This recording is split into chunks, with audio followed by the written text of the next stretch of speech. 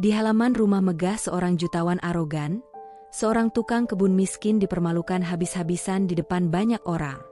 Pagi yang seharusnya tenang berubah menjadi riuh ketika teriakan sang majikan mengguncang udara, ponsel mahal dibanting ke kap mobil mewah yang mogok, dan semua orang membeku ketakutan. Tak satu pun berani mendekat, kecuali satu orang. Aryo. Pria dengan baju lusuh dan tangan penuh luka kerja keras itu melangkah maju, berniat membantu. Tapi niat baiknya dibalas hinaan yang menghantam harga dirinya seperti pisau. Ia disebut miskin, tak tahu diri, bahkan tak pantas menyentuh mobil bernilai miliaran. Belum cukup sampai di situ, sang putri majikan, cantik, angkuh, dan penuh kesombongan, ikut menertawakannya. Tukang kebun memperbaiki mobil miliaran? Ayah, ini komedi pagi, katanya. Dan di puncak penghinaan itu, sang majikan melempar tantangan paling kejam. Kalau kau bisa menghidupkan mobilku dalam 5 menit, putriku ini akan menikah denganmu. Tapi kalau gagal, angkat kakimu dari rumah ini. Hari ini juga. Tawa pecah. Tatapan meremehkan mengarah padanya. Namun pada detik itulah, sesuatu berubah di mata Aryo. Mereka tak tahu. Mereka baru saja menantang orang yang salah. Pagi itu, halaman rumah megah milik keluarga Markus terasa seperti panggung dua dunia yang tak pernah seharusnya bersentuhan.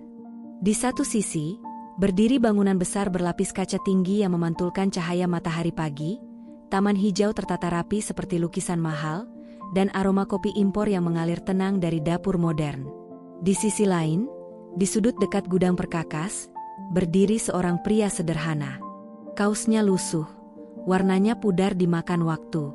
Celana kerjanya penuh lumpur kering. Tangannya kasar, dipahat oleh kerja keras bertahun-tahun. Namanya Aryo. Dengan sapu di tangannya, ia membersihkan daun-daun kering dengan ritme pelan namun penuh ketulusan. Tidak ada yang menoleh, tidak ada yang peduli. Bagi penghuni rumah itu, Aryo hanyalah bayangan, ada, tapi tak pernah dianggap manusia. Hingga tiba-tiba, ketenangan pagi itu pecah oleh teriakan yang menggelegar. Apa ini? Kenapa mesinnya ngebul? Markus, pria berusia 50-an dengan jas licin dan jam tangan mahal yang berkilau di pergelangan, berdiri di depan mobil mewah hitam miliknya. Kap mesin terbuka. Asap putih tipis mengepul perlahan, seolah mengejek kemarahannya. Ponsel di tangannya terus bergetar. Pesan demi pesan masuk dari para petinggi perusahaan. Pertemuan bisnis paling penting tahun ini tinggal 20 menit lagi. Mobil itu mogok di saat paling krusial. Dan kemarahan Markus pun seperti bom waktu, siap meledak. Dasar mekanik tolol, kenapa teleponku tidak diangkat? Ponselnya dibanting ke kap mobil. Suaranya bergema di halaman luas itu. Para pelayan terdiam, wajah mereka pucat. Tak satu pun berani mendekat. Tak satu pun berani menawarkan bantuan. Namun dari sudut halaman, ada satu sosok yang melangkah maju. Aryo. Pria dengan kaos lusuh dan tangan kasar itu menghentikan sapunya. Ia ragu sejenak, lalu memberanikan diri mendekat. Bukan karena ingin terlihat hebat. Ia hanya ingin membantu. Pak, maaf mengganggu. Kalau berkenan, saya bisa coba lihat. Belum selesai kalimat itu, kepala Markus berputar cepat. Tatapannya tajam, suaranya menghantam seperti cambuk. Kau? Ia menatap Aryo dari ujung rambut hingga ujung kaki. Kau pikir mobil miliaran ini sama dengan mesin rumput yang biasa kau pakai? Aryo menunduk dalam. Saya cuma ingin membantu, Pak. Membantu? Markus melangkah mendekat hingga wajah mereka hanya berjarak sejengkal. Kau bahkan tidak pantas menyentuh ban mobil ini. Dasar miskin. Sudah bagus aku beri kau kerja jadi tukang kebun. Jangan sok jadi pahlawan. Setiap kata itu menghantam dada Aryo seperti batu besar. Tangannya mengepal, bukan karena marah, tapi menahan luka yang tak terlihat.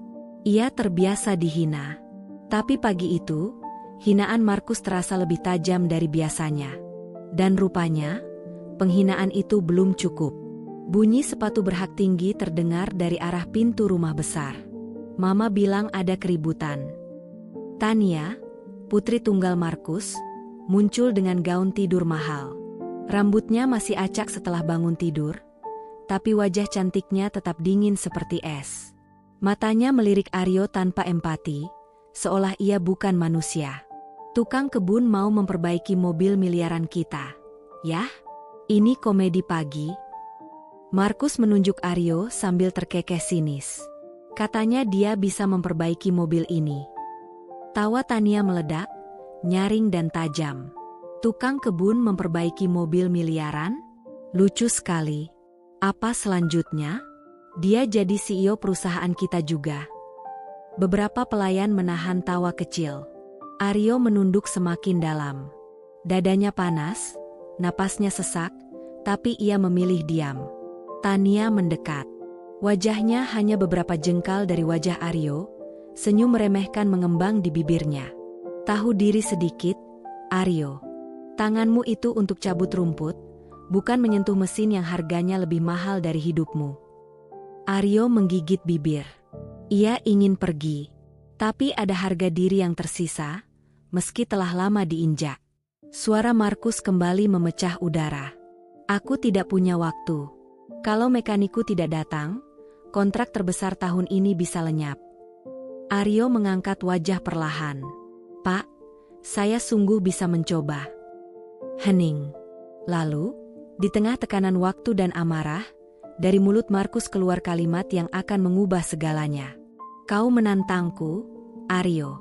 Kalau kau bisa menghidupkan mobil ini dalam 5 menit, putriku akan menikah denganmu.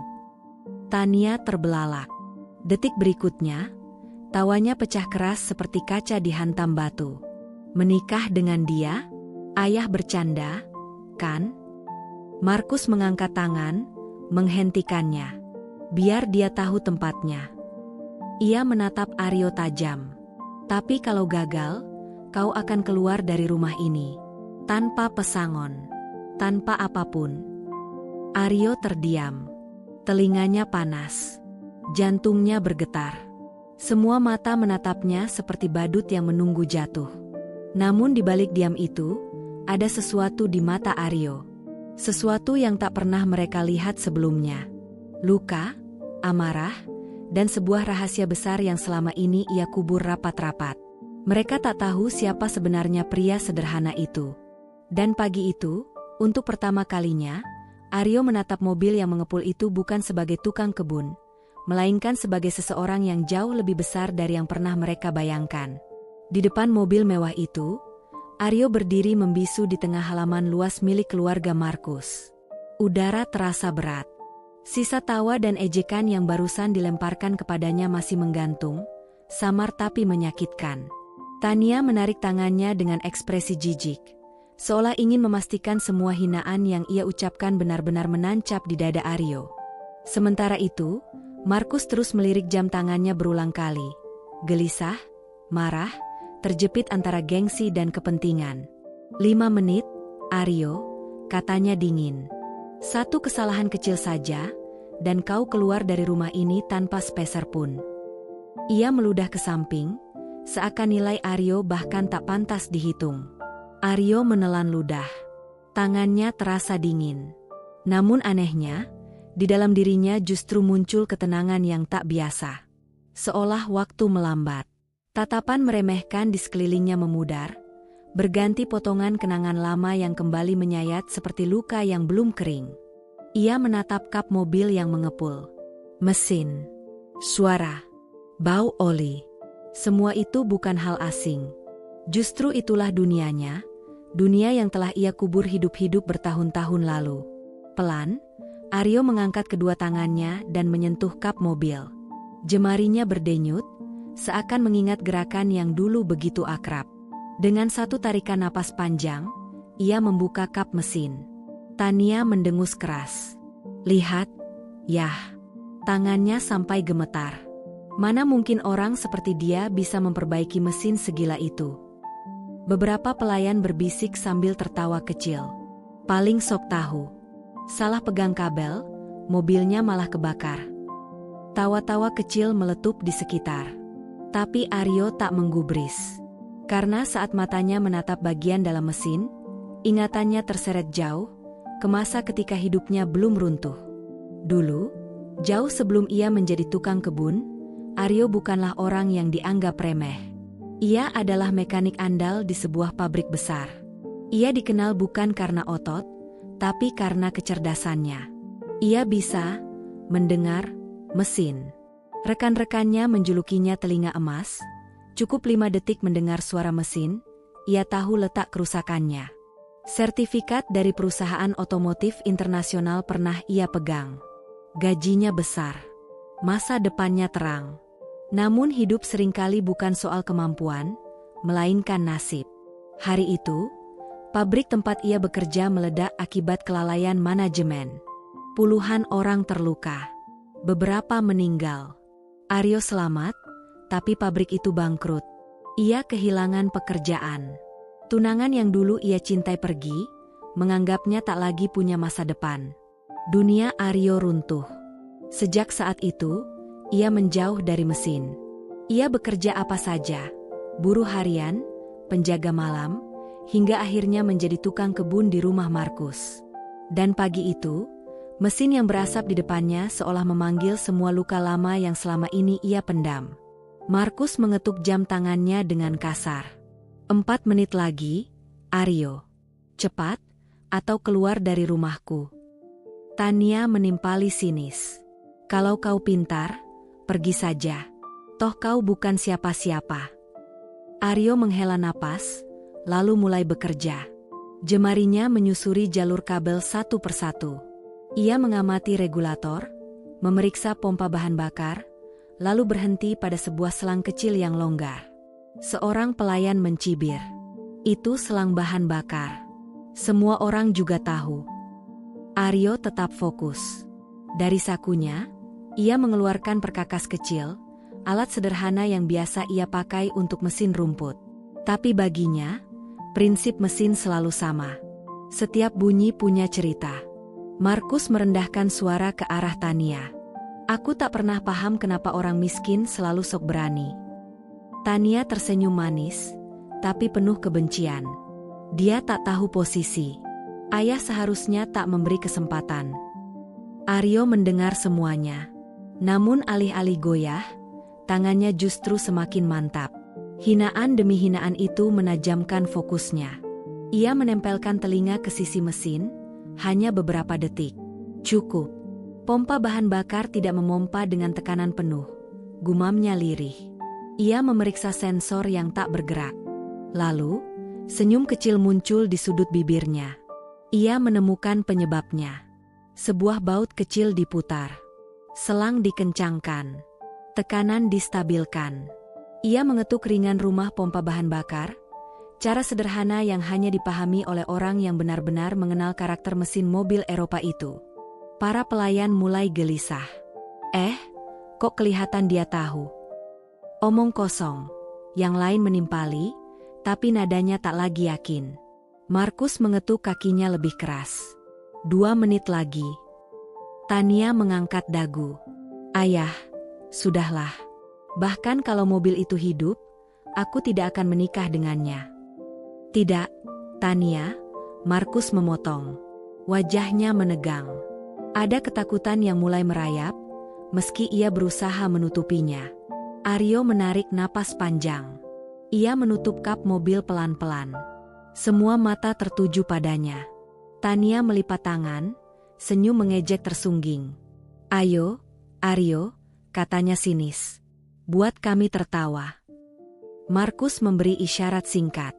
Coba hidupkan. Aryo tidak langsung masuk ke mobil. Ia berdiri sejenak, menatap orang-orang yang memandangnya seperti sampah. Lalu dengan suara pelan tapi teguh, ia berkata, "Saya memperbaiki ini bukan untuk menikahi siapapun. Saya hanya ingin membantu." Tania terdiam. Kalimat itu sederhana, tapi ketulusannya menghantam lebih keras daripada semua hinaan yang barusan mereka ucapkan. Tanpa berkata apapun lagi, Aryo membuka pintu dan masuk ke dalam mobil. Pada detik itu, dunia seakan berhenti bernapas. Udara membeku. Markus mencondongkan tubuhnya tanpa sadar. Tania menahan napas. Para pelayan saling menggenggam lengan baju masing-masing, seolah sedang menyaksikan sesuatu yang tak seharusnya terjadi. Aryo memutar kunci kontak. Klik. Hening sepersekian detik yang terasa seperti keabadian. Lalu, braam. Mesin yang tadinya mati total kini menyala. Bukan sekadar hidup, tapi mengaum halus, stabil, sempurna. Getarannya lembut, nadanya bersih. Bahkan terdengar lebih sehat dibanding sebelum rusak. Semua orang terpaku. Tania mundur selangkah, refleks. Beberapa pelayan menutup mulut mereka, tak percaya dengan apa yang baru saja terdengar. Markus membeku, tubuhnya kaku, matanya menatap ke arah mobil seperti menatap sesuatu yang melanggar logika. Hanya Aryo yang tetap tenang. Ia duduk diam sejenak, menatap lurus ke depan, seperti seseorang yang sudah terbiasa membangunkan mesin-mesin mati. Akhirnya Markus bersuara. Suaranya bergetar meski ia berusaha keras terdengar tegas. Ini tidak mungkin. Aryo keluar dari mobil, menutup pintu dengan pelan, lalu menyerahkan kunci kepada Markus. Kepalanya sedikit menunduk, sikapnya sopan seperti biasa. Silakan, Pak. Mobilnya sudah aman. Markus menatapnya seperti baru melihat hantu. Karena ia tahu, itu bukan keberuntungan. Bukan kebetulan. Bukan tebakan. Itu kemampuan nyata. Tania memegangi dadanya yang berdebar. Untuk pertama kalinya dalam hidupnya, ia kehabisan kata-kata. Dan pada momen itu, sesuatu yang tajam mengiris harga diri Markus. Rasa takut. Bukan takut kehilangan waktu, bukan takut kehilangan kontrak, melainkan takut karena lelaki miskin yang barusan ia hina ternyata jauh lebih mampu dari yang pernah ia bayangkan. Dan itu baru permulaan. Di balik ketenangan Aryo, tersembunyi masa lalu yang jauh lebih besar dari mobil mewah itu. Dan sebentar lagi, Markus dan Tania akan menyadari satu hal pahit. Mereka bukan hanya meremehkan seorang tukang kebun. Mereka meremehkan seseorang yang pernah menjadi legenda di dunia mesin. Seseorang yang mereka hina tanpa ampun. Padahal dialah satu-satunya alasan hari itu masih bisa diselamatkan. Suara mesin yang menyala mulus masih menggema di halaman luas itu. Namun justru keheningan setelahnya terasa jauh lebih mencekam. Seperti badai yang berhenti mendadak, meninggalkan ketakutan dan ketidakpercayaan menggantung di udara. Markus berdiri mematung. Tania terpaku. Wajahnya pucat, bibirnya bergetar, namun tak satu pun kata keluar. Para pelayan yang tadi tertawa kini saling pandang dengan wajah penuh penyesalan. Namun gengsi Markus terlalu tinggi untuk runtuh begitu saja. Ia memaksa dirinya tertawa. Tawa kaku, dingin, terlalu keras untuk terdengar tulus. Hah? Jadi mobilku menyala? Katanya sinis. Tapi itu bukan bukti apa-apa, Aryo. Mobil mewah kadang memang masih mau hidup meski rusak. Mungkin kau cuma beruntung. Tania menelan ludah, menatap ayahnya dengan mata membesar. Ia tak percaya betapa keras kepala ayahnya mempertahankan harga diri. Iya, tapi barusan dia. Cukup, Tania, potong Markus cepat. Suaranya meninggi karena malu. Yang paling mengejutkan justru reaksi Aryo. Tidak ada senyum puas. Tidak ada kebanggaan. Tidak ada balasan dendam. Ia hanya menatap Markus dengan pandangan lembut. Pandangan yang justru membuat Markus merasa semakin kecil. Kalau Bapak ragu, kata Aryo tenang, mendekati kap mobil. Ia mengetuk bagian mesin pelan. Tadi pompa bahan bakarnya tersumbat. Sensor injeksi mati karena overheat ringan. Selang tekanan longgar. Regulatornya perlu direset manual. Ia menatap Markus lurus. Mobil ini tidak akan menyala tanpa perbaikan itu. Tania kembali menelan ludah. Matanya beralih ke ayahnya, penuh ketidakpercayaan. Iya, tapi, sudah cukup, bentak Markus. Aryo mengangguk kecil. Saya harap ini membantu Bapak ke pertemuan nanti. Ia berbalik, melangkah ke arah kebun. Namun semuanya sudah terlambat. Rasa malu membuat Markus kehilangan kendali. Ia berjalan cepat menyusul Aryo, wajahnya memerah, Suaranya menggema. Kau pikir aku percaya begitu saja? Kau pikir aku akan membiarkan seorang tukang kebun menghancurkan harga diriku dengan trik murahan? Tania menahan lengannya. Ayah, hentikan. Ayah mempermalukan diri sendiri. Markus menepisnya kasar. Aku tidak akan dipermalukan oleh orang rendahan. Hening kembali jatuh. Aryo tidak mundur. Ia berdiri tegak. Kalau Bapak mau, saya bisa jelaskan lagi. Diam, teriak Markus. Aku tahu jenis orang sepertimu. Pura-pura tidak mau imbalan. Padahal kau ingin menikahi putriku dengan tipu muslihat. Kau pikir aku bodoh? Tania menatap ayahnya dengan ngeri. Ayah, Aryo bahkan tidak meminta apa-apa. Cukup, bentak Markus. Hinaan itu berubah menjadi fitnah. Para pelayan menunduk ketakutan. Bahkan Tania, yang tadi begitu arogan, kini tampak menyesal. Aryo menghela napas panjang. Saya tidak berniat mengambil apapun dari keluarga ini. Saya hanya ingin menolong. Markus mengibas udara dengan tangannya. Omong kosong. Orang miskin sepertimu tidak mungkin menolong tanpa pamrih. Kata-kata itu menghantam jantung Aryo lebih keras dari semua hinaan sebelumnya. Ia menunduk, bukan karena takut, bukan karena kalah, melainkan karena hatinya benar-benar terluka. Bapak salah. Aryo mengangkat wajahnya perlahan. Tatapannya jernih, tenang, tulus, namun di balik kejernihan itu tersimpan luka panjang yang tak bisa dibaca sembarang orang. Saya menolong karena itu yang seharusnya dilakukan manusia kepada manusia. Kalimat sederhana itu membuat Tania terhenti. Dadanya sesak, matanya berkaca-kaca. Aneh, penghinaan yang tadi ia lontarkan kini justru memantul kembali dan menghantam dirinya sendiri. Jauh lebih menyakitkan daripada yang pernah ia berikan pada Aryo. Markus menggertakkan gigi. Harga dirinya terasa diinjak. Hah? Kalau begitu aku beri satu ujian lagi, katanya keras. Satu tantangan terakhir. Untuk membuktikan bahwa kau sebenarnya bukan apa-apa. Ayah, hentikan, seru Tania panik. Diam, bentak Markus. Ia menoleh tajam ke arah Aryo, suaranya pecah oleh emosi. Kalau kau memang sehebat itu, buktikan di depan mataku. Mobil ini bukan hanya harus hidup, tapi juga harus bisa berjalan normal. Tania menggeleng cepat. Ayah, itu berbahaya. Tidak semua mobil bisa langsung. Markus mendorong kunci mobil ke dada Aryo. Kalau sampai mobil ini tersendat sedikit saja, kau kupecat sekarang juga. Para pelayan menelan ludah. Tania menutup wajahnya, tak sanggup melihat kemungkinan Aryo dipermalukan sekali lagi. Hening panjang jatuh. Aryo menerima kunci itu tanpa protes. Tidak ada ketakutan di wajahnya.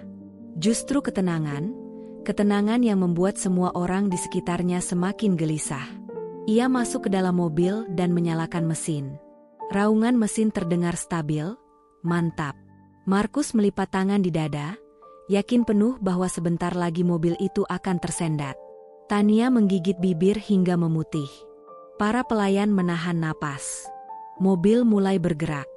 1 meter, 2 meter, 3 meter. Tania memejamkan mata. Markus tersenyum sinis, menunggu kesalahan. Mobil berbelok sedikit, lalu melaju mulus.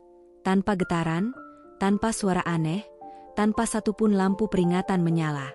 Seakan mobil itu tak pernah rusak. Seakan baru saja keluar dari pabrik. Wajah Markus kehilangan warna. Tania membuka mata, mulutnya ternganga. Beberapa pelayan hampir berlutut karena syok.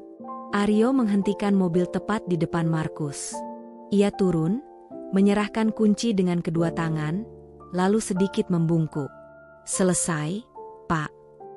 Markus nyaris tak bisa bernapas. Selesai. Tangannya gemetar saat menerima kunci itu.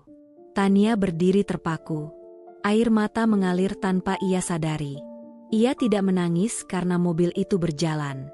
Ia menangis karena rasa bersalah yang menghantam dadanya begitu dalam, Rasa bersalah karena menghina seseorang yang bahkan setelah diperlakukan seperti sampah masih mau menolong tanpa meminta apapun. Akhirnya Markus tak mampu lagi menahan diri. Ia berteriak, namun suaranya pecah. Bukan marah, melainkan panik dan hancur. "Siapa kau sebenarnya?" Aryo menatap langit sebentar, lalu menunduk. Seseorang yang dulu pernah berharga, tapi memilih hidup sederhana. Masa lalu saya tidak indah untuk diceritakan. Semua membisu. Tania menutup mulutnya, terisak. Dan Markus, pria sombong yang selalu merasa berada di atas semua orang, untuk pertama kalinya merasa menjadi manusia paling kecil di rumah itu. Di depan matanya, ia tak lagi melihat tukang kebun miskin. Ia melihat seseorang yang jauh lebih besar darinya. Seseorang yang ia hina, injak, rendahkan, namun justru menyelamatkan nama baik dan pekerjaannya hari itu. Dan dari titik itulah, kejatuhan harga diri Markus benar-benar dimulai. Sementara rasa bersalah Tania perlahan berubah menjadi sesuatu yang sama sekali tak pernah ia duga. Pagi itu, halaman rumah megah keluarga Markus sunyi. Namun rasa canggung dan tegang menggantung kuat di udara. Orang-orang yang dulu menertawakan Aryo, kini saling berbisik tanpa berani menatapnya. Setelah kejadian kemarin, saat hanya Aryo yang mampu memperbaiki mobil mewah Tuan Markus, kabar mengejutkan menyebar cepat. Tania tak tidur semalaman. Kata-katanya sendiri, hinaannya sendiri, berputar-putar di kepalanya seperti cambuk api. Dan pagi itu, sesuatu yang jauh lebih besar terjadi. Tepat pukul 9, sebuah konvoi mobil hitam memasuki halaman rumah besar itu. Pintu mobil terdepan terbuka. Beberapa pria berjas mahal turun, mengenakan lencana perusahaan besar, sikap mereka penuh hormat. Di belakang mereka, sebuah mobil mewah lain berhenti. Dari dalamnya keluar seorang pria tua berambut perak rapi, berwibawa, dengan tatapan tajam namun hangat. Semua orang mengenalnya. Hampir seluruh kota mengenalnya. Dialah Direktur Utama Grup Automax, perusahaan otomotif terbesar di wilayah itu. Perusahaan saingan, sekaligus jauh lebih besar dari milik Markus. Markus tercekat. Tania terpaku. Para pelayan menelan ludah. Semua mata lalu tertuju pada satu sosok. Aryo, berdiri dengan pakaian tukang kebun lusuh seperti biasa, topi reot di tangan, menunduk sopan. Pria tua itu tersenyum lebar, melangkah cepat, lalu di hadapan semua orang memeluk Aryo erat. "Akhirnya aku menemukanmu juga, Aryo," katanya bergetar. Gema keterkejutan menyapu seluruh halaman. Apa hubungan kalian?"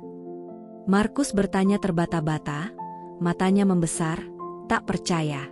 Direktur itu berdiri di samping Aryo, lalu menepuk bahunya dengan bangga. Suaranya lantang namun syarat emosi. "Dia adalah murid terbaikku. Orang paling jenius di bidang mesin otomotif yang pernah aku latih. 2 tahun lalu dia pergi tanpa kabar. Aku tak pernah menyangka akan menemukannya di sini, sebagai tukang kebun." Semua orang terpaku. Markus membeku. Tania nyaris tak berkedip. Nama Aryo yang selama ini mereka rendahkan kini berdiri di tengah halaman sebagai pusat perhatian. Aryo menghela napas pelan, lalu membungkuk sedikit. "Saya mohon maaf tidak memberi kabar, Pak. Saya hanya ingin hidup tenang.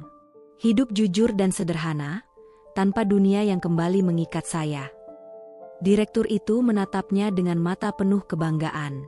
"Aryo, kau satu-satunya orang yang mampu membangun ulang mesin balap prototipe kami hanya dengan obeng dan tangan kosong. Kau jenius." Tatapan semua orang berubah seketika. Dari meremehkan menjadi terpesona. Dari angkuh menjadi malu. Terutama Tania, yang kini menunduk dengan dada bergetar. Markus mencoba bicara, namun kata-katanya patah-patah. "Jadi, kau bukan sekadar tukang kebun miskin." Aryo menggeleng pelan. "Saya memang miskin, Pak. Dan benar, saya bekerja sebagai tukang kebun. Hanya saja, kemampuan saya memperbaiki mesin mungkin sedikit lebih baik dari rata-rata." Direktur Automax tertawa keras. "Sedikit lebih baik?" Anak ini pernah memperbaiki mesin supercar yang para insinyurku gagal tangani selama seminggu. Sendirian. Dalam 3 jam. Halaman itu membeku. Para pelayan ternganga. Tania nyaris tak percaya. Markus pucat seperti kehilangan darah. Namun kejutan belum berhenti. Direktur Automax mengeluarkan sebuah map hitam tebal dan menyerahkannya kepada Aryo. Ini kontrakmu. Posisi kepala riset mekanis. Gaji 1 bulan lebih besar dari setahun pendapatan bosmu di sini. Fasilitas lengkap. Markus terasa seperti ditampar keras. Tania hampir jatuh karena lututnya melemas. Namun Aryo justru menutup map itu perlahan. Terima kasih, Pak. Tapi, saya belum bisa menjawab sekarang. Direktur itu terkejut. Kenapa? Tatapan Aryo beralih ke Markus dan Tania. Ada air menggenang di matanya. Bukan dendam, melainkan luka lama yang akhirnya berani muncul. Sebelum saya memutuskan, ada sesuatu yang harus dibereskan. Ia melangkah maju. Halaman itu sunyi sampai detak jantung terasa terdengar. Aryo berdiri di depan Markus, lalu membungkuk dalam. Pak, kalau saya pernah salah, saya mohon maaf. Markus tersentak. Kau tidak salah apa-apa. Justru aku. Aryo mengangkat wajahnya perlahan. Yang saya mau hanya dihargai. Meski saya miskin. Meski saya hanya pekerja kebun. Kalimat itu menusuk semua yang mendengarnya. Tania menutup mulut. Air matanya jatuh tanpa ia sadari. Dan sesuatu yang tak pernah terpikirkan terjadi. Markus, pria yang selama ini merasa di atas segalanya, meneteskan air mata. Aku sangat menyesal, Aryo. Kata-kataku kejam. Perbuatanku memalukan. Aku mohon maaf dari lubuk hatiku. Lalu, di hadapan semua orang, Markus berlutut. Maafkan aku, Aryo. Pelayan-pelayan menangis. Tania terisak semakin keras. Gadis itu maju. Suaranya gemetar. Aku juga minta maaf. Aku jahat. Aku sombong. Aku menghina orang yang bahkan lebih baik dariku. Aryo menatapnya lembut. Ia menepuk tangan Tania dengan halus. Tidak apa-apa, Nona. Manusia memang bisa salah. Tapi manusia juga bisa belajar. Tangis Tania pecah karena kebaikan itu. Markus yang masih berlutut berucap lirih. Kalau kau mau, tawaran menikah dengan putriku tadi, aku tidak menariknya kembali. Tania tersentak. Wajahnya memerah, perasaannya campur aduk. Direktur Automax terkekeh kecil. Wah, ini menarik. Aryo tersenyum tipis lalu menggeleng pelan. Pak, Nona, saya bukan pria yang pantas diperebutkan. Saya masih belajar memperbaiki hidup saya sendiri, bukan hanya mesin. Tania menatapnya lama. Lalu ia mengangguk. Tangisnya berubah menjadi senyum kecil yang tulus. Keheningan berubah hangat. Direktur Automax menepuk bahu Aryo. Jadi, bagaimana? Kau ikut denganku? Aryo menatap langit biru. Menarik napas panjang. Lalu mengangguk mantap. Baik, Pak. Saya siap melangkah lagi. Sorak dan tepuk tangan terdengar. Para pelayan tersenyum. Markus ikut tersenyum sambil mengusap air matanya. Aryo akhirnya membuka lembaran baru. Lembaran yang seharusnya sudah ia capai sejak lama. Namun justru menjadi indah karena perjalanan penuh luka telah membentuknya menjadi manusia seutuhnya. Dan pagi itu mengajarkan satu hal penting. Jangan pernah meremehkan seseorang karena penampilan, pekerjaan, atau kondisi hidupnya. Setiap manusia membawa cerita, kemampuan, dan takdir yang mungkin jauh lebih besar dari apa yang terlihat.